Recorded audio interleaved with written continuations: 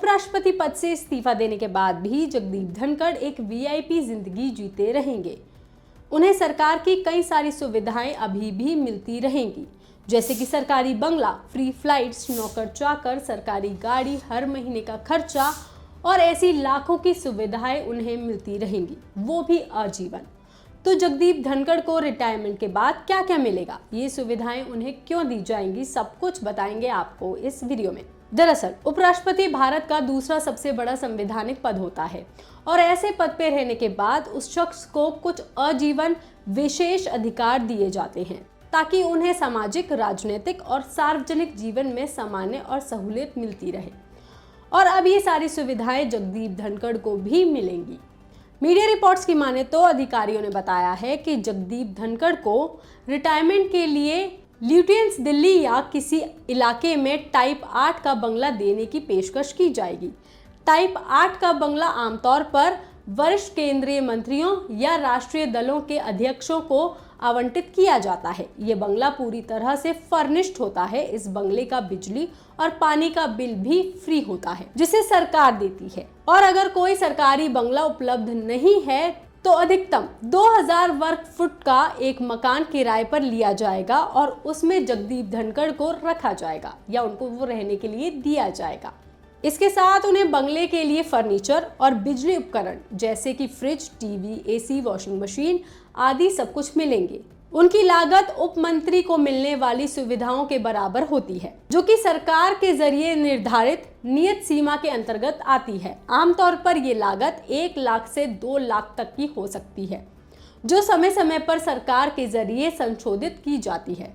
इन वस्तु की आपूर्ति और रखरखाव की जिम्मेदारी CPWD यानी कि सेंट्रल पब्लिक वर्कर डिपार्टमेंट की होती है और इनका उपयोग रिटायर्ड उपराष्ट्रपति आजीवन कर सकते हैं, जब तक वो इन सुविधाओं के लिए पात्र हैं या जब तक सरकार इन सुविधाओं को हटाने का कोई निर्णय ना लाए। अगर सेवा में रहते या रिटायरमेंट के बाद उपराष्ट्रपति का निधन हो जाता है तो उनके जीवन साथी को फिर भी रहने के लिए टाइप 8 का आवास मिलता है। ये मकान केवल जीवन साथी के उपयोग के लिए होगा, किसी और को ट्रांसफर नहीं किया जाता। सांसद की तरह रिटायर्ड हो चुके उपराष्ट्रपति को 2 टेलीफोन की सुविधा भी मिलेगी, जिनमें मुफ्त कॉलिंग सभी सांसद जैसी होंगी। साथ ही उनको उनके जीवन साथी या किसी भी एक रिश्तेदार को भारत में कहीं भी हवाई, रेल या वाटरवेज से मुफ्त यात्रा करने की सुविधा भी मिलेगी। इसके अलावा उनको एक प्राइवेट सेक्रेटरी, 2 चपरासी भी मिलेंगे और बंगले के लिए निजी स्टाफ जैसे कि कुक, ड्राइवर, चपरासी भी मिलेंगे। इन सभी कर्मचारियों को भारत सरकार के जरिए तयशुदा सीमा के तहत वेतन दिया जाता है। इनके वेतन का कोई भी खर्चा उपराष्ट्रपति को नहीं उठाना होता। पूर्व उपराष्ट्रपति को ऑफिस के खर्चे के लिए 60,000 रुपए भी दिए जाते हैं और सचिव स्टाफ भी दिया जाता है। इस स्टाफ में 2 लोग होते हैं जो रिटायरमेंट के बाद भी उपराष्ट्रपति के साथ उनके दफ्तर में उनकी मदद करते हैं।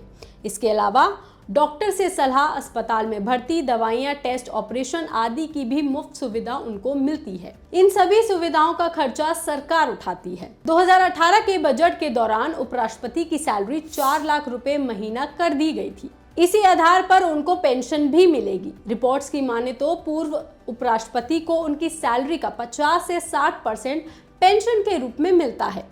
ऐसे में जगदीप धनखड़ को 2 लाख से भी ज्यादा रुपए पेंशन के रूप में मिलेंगे, वो भी हर महीना। उपराष्ट्रपति को ये सभी सुविधाएं मिलती हैं भारत सरकार के vice presidents pension, housing and other facility act 1999 के तहत। मतलब ये कोई मेहरबानी नहीं, बल्कि संविधान और कानून के जरिए तय की गई चीजें हैं और ये किसी सरकार या किसी खास उपराष्ट्रपति को नहीं दी जाती, बल्कि ये सब हर उपराष्ट्रपति को मिलती हैं। ये जानकारी आपको कैसी लगी, आप हमें कमेंट करके जरूर बताएं। बाकी तमाम खबरों के लिए आप देखते रहिए लोकमत हिंदी।